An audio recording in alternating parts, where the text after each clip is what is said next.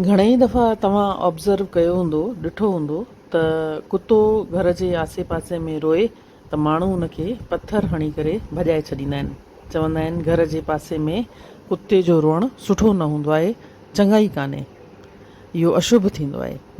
त सुवालु आहे त छा वाक़ई में कुते जो रोअणु अशुभ थींदो आहे या इन में अणचङाई थींदी आहे?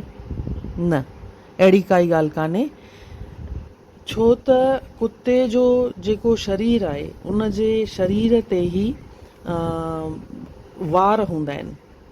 हाणे इहे वार जॾहिं गर्मीअ में उहो हलंदो आहे, उस में तमामु जॾहिं तपिजी वेंदी आहे उस, तॾहिं उहो हलंदो आहे त इहा इहा जेका गर्मी थींदी आहे उन जे वारनि में हेकारी ॿी गर्मी पैदा कंदी आहे। इन जी पाण ईअं कल्पना करे था सघूं जीअं केरु ब्लैंकेट पाए करे पाण खे केरु चए त गर्मीअ में तूं हल, त पाण खे केॾी गर्मी लॻंदी। तीअं ई हिननि जो इहो ब्लैंकेट आहे, त ब्लैंकेट में इहे अगरि गर्मीअ में घुमनि था त हिननि खे ॿी गर्मी लॻंदी आहे।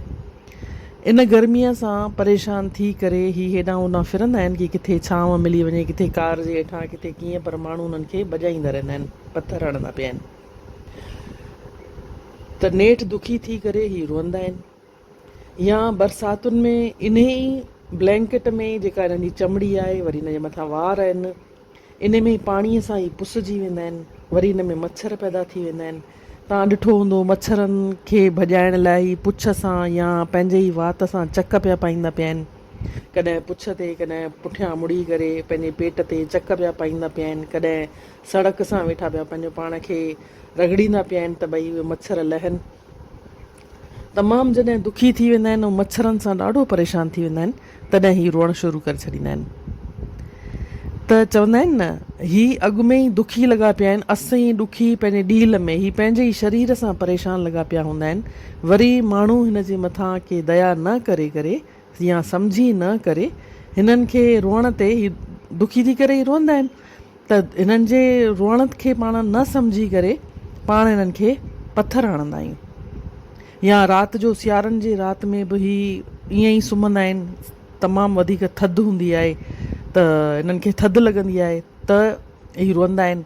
त पाण सोचींदा आहियूं कि भई त अशुभ आहे, अधु राति जो कुता रोअनि था। अशुभ न आहे, हू तमामु परेशान पंहिंजे शरीर मां थी करे ई रोअंदा आहिनि। त इंसान जो कमु आहे कंहिंजे दुख खे सम्झणु, अगरि कुझु थी सघे, पाण सां कुझु थी सघे त उन जे लाइ कुझु करणु। उन्हनि खे अगरि तव्हां सियारनि में ॿोरो ॾींदव, उन ते सुम्ही पवंदा त पोइ ही कुता राति जो न रोअंदा आहिनि सियारनि में।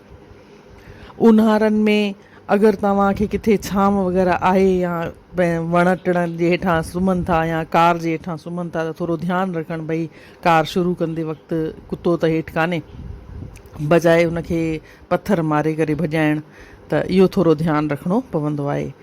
या बरसातुनि में अगरि कुता मच्छर वग़ैरह अचनि था त थोरो स्प्रे वग़ैरह अगरि आणे करे पाण कुझु हिननि जी शेवा करे था सघूं त तमामु उहो त वधीक ई सुठो आहे।